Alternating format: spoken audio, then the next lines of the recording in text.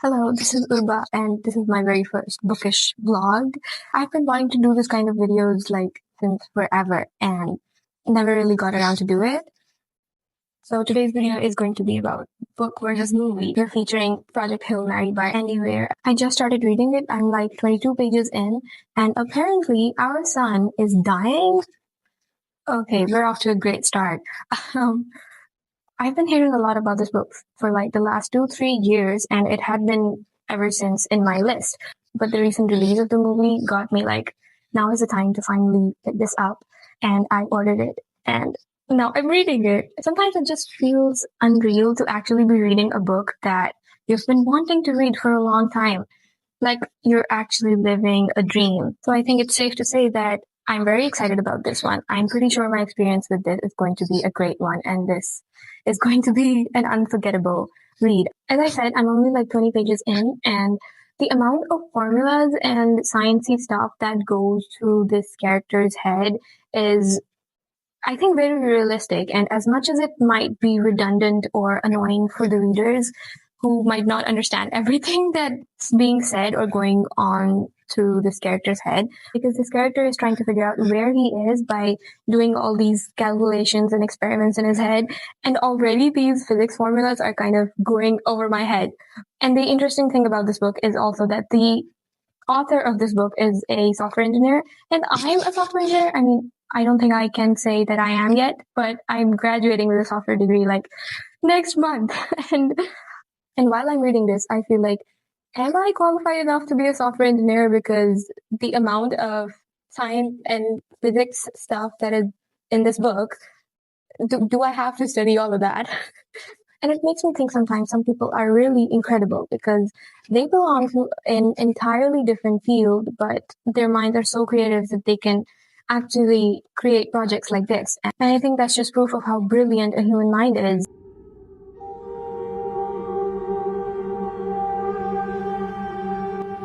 Yeah, no shit, Sherlock. You're in a book about space. So apparently, this could be a hint about alien life, but I doubt that this is any alien life because I never saw anything about aliens in any teasers. To be honest, I'd be just as happy to realize that I'm a teacher instead of a mother. Like, elated. I'm as elated as you, buddy, whatever your name is. His name is Ryland Grace. That's the same initials as Ryan Gosling. If that is not the perfect cast, I have no idea what is. Because this character is also hilarious, and I like to think of Ryan Gosling as a hilarious person, and this is perfect. Okay, I wasn't expecting this, but it sure is pretty interesting, and it also explains the 11,000 kps speed at which this spaceship is moving, because obviously he'd be out of our own solar system by that speed. Bro, what is this? Like, I laughed so bad at this. I'm not even joking. This is kind of funny. It's exactly the type of joke that Marvel did with I guess it was the Marvels. Are you praying? Don't stop! We need all help we can get! Amen! This is day 2 of reading Project Hail Mary. Yesterday I read like 20 something pages. Today I'm on page number 144, so I read like 120 pages more than yesterday. So that's great. And this book is just, I cannot put it down. The plot has progressed a lot. It's funny and it's witty, and it just keeps me turning the pages. So far, what we know about this book is that there is a virus that is spreading through space, only affecting stars within 8 light years of each other. And so our sun gets infected because of that. And the thing that is affecting it, the algae type thing, is actually called astrophage. And Ryan Gosling is apparently doing all these experiments to figure out what they are and why they're there. So now, as he's getting his memories back, he has remembered the mission, the main goal of this Project Hail Mary, which is to actually travel all the way to the star Tau Ceti, which is not being affected by this astrophage thing, and figure out why is it that it's not affected, but all the other stars are being affected. Another terrifying thing that is happening here is time. Here he says that relativity is weird, time is of the essence, and unfortunately, while I slept, Earth experienced at least 13 years, which means that by the time he'll be back, I mean, this is a suicide mission. We don't know if he's gonna be alive by the end of this book. But by the time the information that he collects goes back to Earth, it'll be 26 years. But I'm pretty sure Earth would be in a catastrophe by that time, so it's kind of terrifying. Also, we now find out the reason why they induced the 3 crew members into a coma before sending them onto this interstellar journey. And that's because the crew already knows that this is a suicide mission, and sending them to this interstellar journey, which will take 4 years, they would by that time become hateful with each other and might even kill each other. And the psychological effects that it will have on them would be devastating. So it's just so much better to induce them with coma so that they could just spend all the time, which I think it was 3 years, in coma instead of actually experiencing all that time with their terrible thoughts. Which is also kind of heartbreaking to realize that 2 of the crew members didn't even make it out of the coma, and only Ryan Gosling did. That sucks. Also, by the time I was on like page 130, I was getting concerned because that cute little robot that I've been seeing everywhere was not appearing in this book. And I started worrying if that robot was only a movie thing, because I really wanted to see him in the book. But I think he is now making his appearance because Ryan Gosling has now reached Tau Ceti, but there is another spaceship over there, and a little robot comes out of it, and I'm pretty sure that robot is that cute little robot that will be accompanying our main character now. Another detail I really liked was when this character experiences zero gravity for the first time, he straight up panics, screams, and vomits right inside his suit. I feel like this was such realistically written because I recently saw a video of a Pakistani astronaut who experienced zero gravity for the first time, and his reaction was incredible. I feel like that was such a brilliant moment, and after reading this scene as well, I really felt like I want to experience zero gravity at least once in my life. I know there are zero gravity zones. I would really love to experience them and see for myself how it feels. Oh, I think that would be a moment I could take off my bucket list. It would be so amazing. I really want to do that. So everything's going pretty well so far. I feel like the format of this book is genius because information is being revealed to the character alongside the readers because he has lost his memories and he gets them back at exactly the moments where that information is needed. So it's pretty interesting to discover things alongside the main character as it's happening to him. I'm actually pretty nervous about this new interaction because this might be real aliens. I have no idea. Oh my god. Rocky's here now. He's the robot I was talking about, so I'm excited to meet him. He is literally an alien, and he is such a cute alien.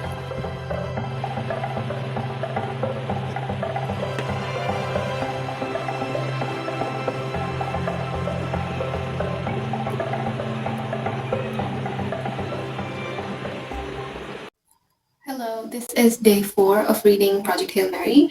I'll be doing yesterday's update with today's update as well. Currently, I'm on page 396, which means I have like 15 or more pages to go. Okay, so far I'm at the point where we get the actual plot twist. We finally discovered the reason he's on his mission, which is that he did not volunteer for this at all. He was drugged and dragged on the ship without consent. I mean, I kind of admire Strat for that because she is evil, but she's a necessary type of evil. Like, I can't really say that she doesn't have morals because every decision that she has made so far, it's devoid of any morals. For example, the bombing of Antarctica for the release of methane. Yo, I'm back. I had a little disruption with the video because I had to go downstairs and cook and then I took a shower and yeah, so now I'm feeling fresh enough to show up on camera. Anyways, I forgot to show you my setup that I did. This is a moon lamp that I got as a gift and I love it. And I have no idea why I didn't set it up for the previous clips that I recorded. I just thought of it. So anyways, we were talking about Miss Strat. As much as some people would like to call her absolutely devoid of morals, which is the case, by the way, she's doing everything without even thinking of morals. but ultimately her ultimate moral is the survival of humanity, and I think that is the ultimate moral which creates the need for other morals.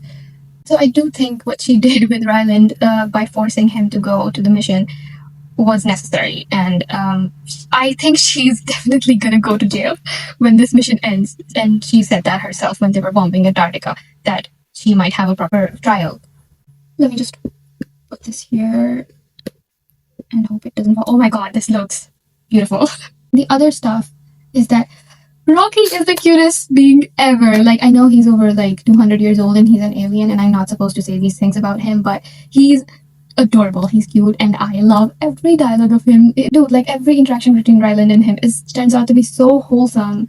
And bro, he died once. Yeah, he died. And I thought, well, this is it. But he was able to resuscitate him, and now he's back. And I don't want him to go anymore. Like, he died once, and all I kept thinking was that he was the sole survivor on his spaceship, and he was the one who discovered so much about space. For example, radiation and time dilation and length dilation, everything that they had not known about space travel, he found out through Ryland, and it would be amazing for him to go back to his planet and share these discoveries with everyone. It would have been such an accomplishment for him, and I was just so bummed out that it could not happen. I just felt like Rocky died too soon. But I'm so glad that he was back. And to be honest, I still have that kind of impending doom feeling that he might die at the end of this book. I have no idea what's going to happen. I have no idea if Ryland's going to be back on his planet. But Rocky, please, you need to get home. Please, save yourself. These two are ready to die for each other. Like, Rocky almost killed himself to save Ryland, and Ryland also like severely injured himself trying to save Rocky. And I think that is proof of just such a beautiful friendship. This scene where Rocky tells him his age and asks how long humans live. People on Earth die when they're like 50. They die when they're 50? I don't know, something like that. What's even the point of being born? Exactly. Are you about to die? I'm not 50.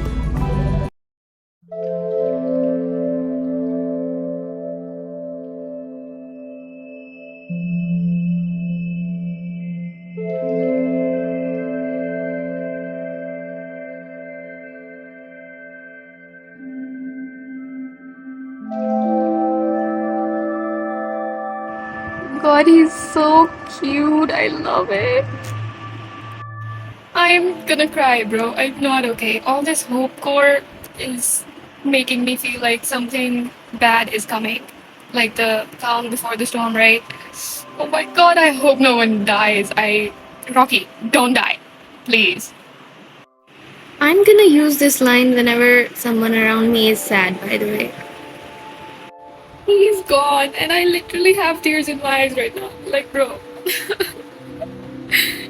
He's going home and Rocky's gone. Guys, I'm not okay. Oh my god, Rocky is in trouble, and I feel like the choice is obvious. I mean, he can still save Earth and Irid both at the same time, but that means that he dies. This is heartbreaking. I am in shambles, full of hope, and all of this is wholesome, like all at the same time. Dude. And the next chapter is in Iridian terms. Like, this cannot be more wholesome. He has become fully Iridian now. I mean, it's no surprise, but he was on Irid for how many years now? How many years have passed? Oh my god. What is going on here? Okay, firstly, 16 years he's been on Irid. Brother, how much time has passed back on Earth? Like, I'm very bad at math, I know that. But probably over a century? Like, dude, what is going... And he's eating me burgers. The definition of me burgers is right here. And... okay, I don't think I have a right to condemn this.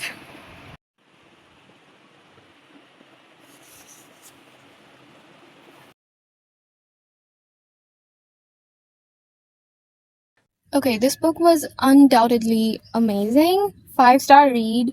I had so much fun with this. The humor was also top notch. All the sciencey stuff is what I love. I have always loved science fiction books, and I think this was my very first space related. No, I had actually read Orbital last year. So I can say this was my second space related book.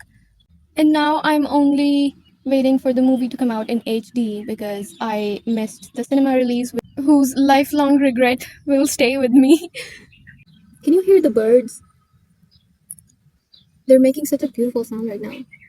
Last month, I was craving to read Project Hail Mary so bad. My parcel for this book took like over a month, and that is why I was craving for a space related medium so bad. So I watched The Martian, and that movie was also incredible. I have not read the book, but I think I will be planning to read the book in the coming year. And since it's from the same author as Project Hail Mary, I'm sure the reading experience of that one will also be just as good. Okay, so I actually have a microphone to record, but the quality is so bad. Like when I played the audio, it has some kind of echo reverb to it that I don't know how to get rid of because I'm a video editor, but I have no idea what to do about the audio. For now, you'd have to deal with my audio without a microphone because the one with the microphone is terrible. You wouldn't like to hear it. But I had recorded a previous clip, the very first clip actually, with the microphone. So I have no idea how that sounds to you guys, but I will try to fix it. Okay, so the ending of Project Hail Mary. I don't know what I was expecting. I mean, of course, I was expecting for him to return to Earth, and this unexpected outcome with the Taumiba made him go back to save Rocky, which I know is wholesome, and I'm so glad that he went back. But it only delayed his chances of survival. I mean, he has been able to live for so many years on his planet, which is Erid, but and he's now 55 years old and he cannot get back to Earth. I mean, I get his decision to stay on Erid because he didn't even know if Earth was habitable, if they were able to save the dying sun. So now that he got the news that the sun has been saved, he may want to go back, but he's still staying here. But I guess it's an open end because he is content with his life on Erid, but someday he maybe will decide to go back. But I'm also pretty satisfied with this outcome as well because Earth was saved, Erid was saved, Rocky is alive, thank God. I was so scared all of the time. All the wholesome characters end up dying. I have no idea why authors do that. They love to play with our hearts and feelings, guys. Authors are not good people.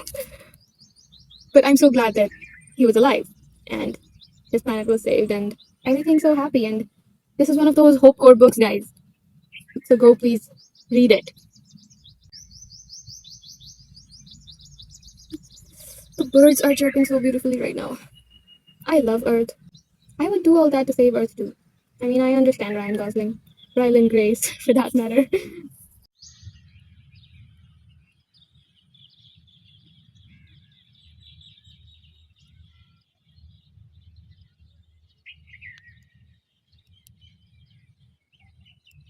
This bench where I'm sitting also looks majestic. They started mowing the lawn over there, so we're moving places. Okay, so I was saying that when I watched The Martian and now Project Hail Mary, the thing that I was wondering about all the time was these main characters' family back on Earth. Even in The Martian, there was no mention of his parents or even if he even had siblings. And I mean, the mention of a spouse might be explainable because if you don't have a spouse, then the spouse is just not mentioned. But for parents and siblings, I feel like their life back on Earth should have been explained a bit more if they have family that's waiting for them. In The Martian, I actually forgot the main character's name, but he mentioned at the end when he thought he was going to die to send a message to his parents. But his parents were not mentioned anywhere else throughout the movie. And in Project Hail Mary as well, we have no idea if Ryland has a family of his own. We know that he does not have a romantic partner. Oh my god, I got scared because there's a bird. I thought it was a dog. Okay, anyways. But overall, absolutely zero mention of any kind of family for him made it a bit unrealistic. But overall, there's nothing bad about this book. I love it, and now I just cannot wait to see the movie because everyone's loving the movie as well. And I really want to watch it. So wait for my movie review as well.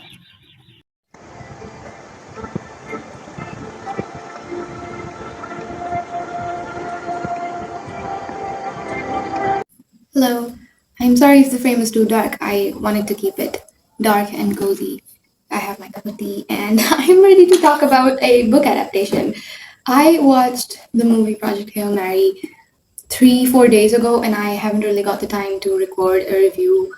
One thing that I would like to mention before reviewing is that after years and years of getting disappointing book adaptations, I have finally come to terms with, or I could say made peace with, as Grace would say, with the fact that book adaptations are not supposed to be perfect. They just cannot be made scene to scene, word for word, exactly how a book is played out. You have to adapt these things for viewer preferences as well as keeping true to the original source material at the same time.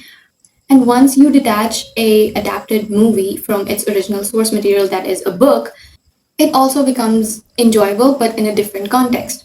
Books is one form of media, movies is another form of media. Both are great for telling stories and giving people narratives. And you can enjoy a movie adaptation without loving its book, and you can love a book without loving its movie adaptation. It's completely subjective, yes. So that is to say, all of these things about disappointing book adaptations does not apply to this book. Because I enjoyed the movie so damn much. I'm definitely sure it's going to be a regular rewatch for me. It was so fun. I loved the humor in this book, and I also laughed out loud so many times in the movie as well.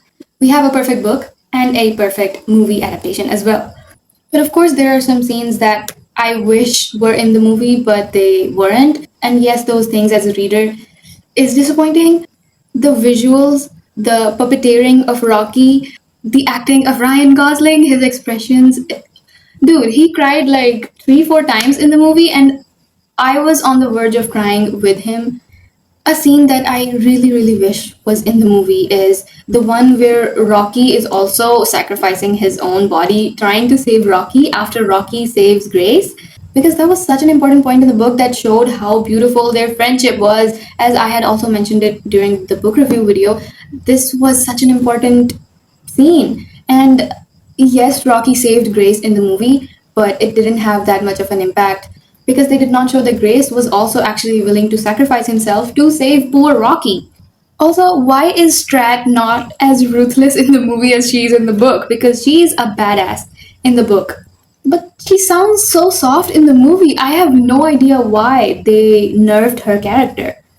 But that scene hit so much harder in the movie as well. When Grace is running around and they're trying to like catch him to get him on the Hail Mary. Also, Ryan Gosling is so fine. Why is he so fine? Ryan Gosling with the glasses? Why are you so fine? What the hell? You know what my favorite scene from the whole movie is? When Rocky and Grace are on planet Irid, the atmosphere shown that the Iridians made for Grace, it was so beautiful and it made me appreciate Iridians so much more. And the way he just starts to teach the little Iridian kids who are actually like almost 30 years old because it's mentioned here, and I couldn't stop myself from laughing. More thing that I'm glad was included in the book, but it wasn't really touched upon in the movie, is the impact of the sun dying that will have on the earth. Before sending him on the Hail Mary, Grace was locked up. Then Strat went to see him one last time and explained that she was actually a history major and she had studied extensively the effect of wars and what it meant for different countries in terms of starvation. How most first world countries used food and starvation as a biological weapon against third world countries. And in this scenario where the sun is dying, obviously food would be scarce. And most countries would not work with each other to ration the food and balance civilization.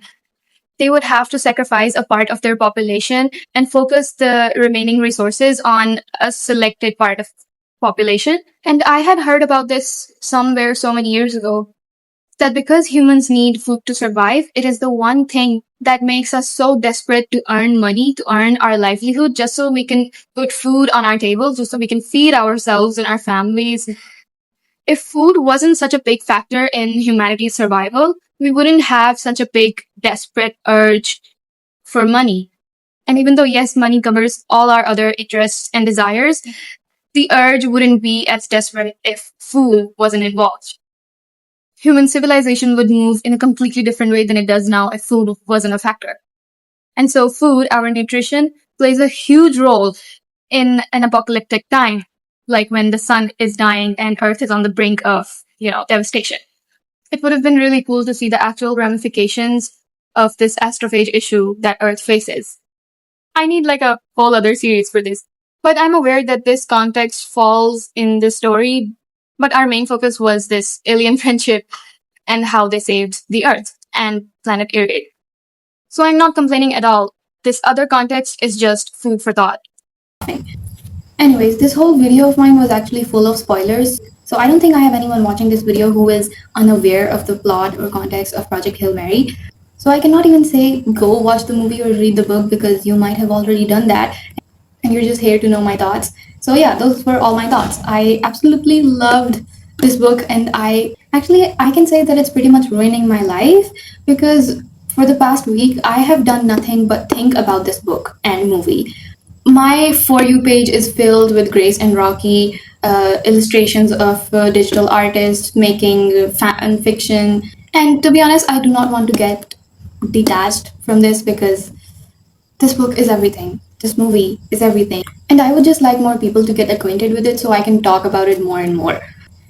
So that was it. I actually had really fun making this video, recording my reactions when I was reading and after watching the movie, comparing the book content with the movie. This is all like pretty fun activity. Like I love this hobby of mine. So yeah, I'll try to make more videos like this, but this is the end for it, and hopefully see you in the next one.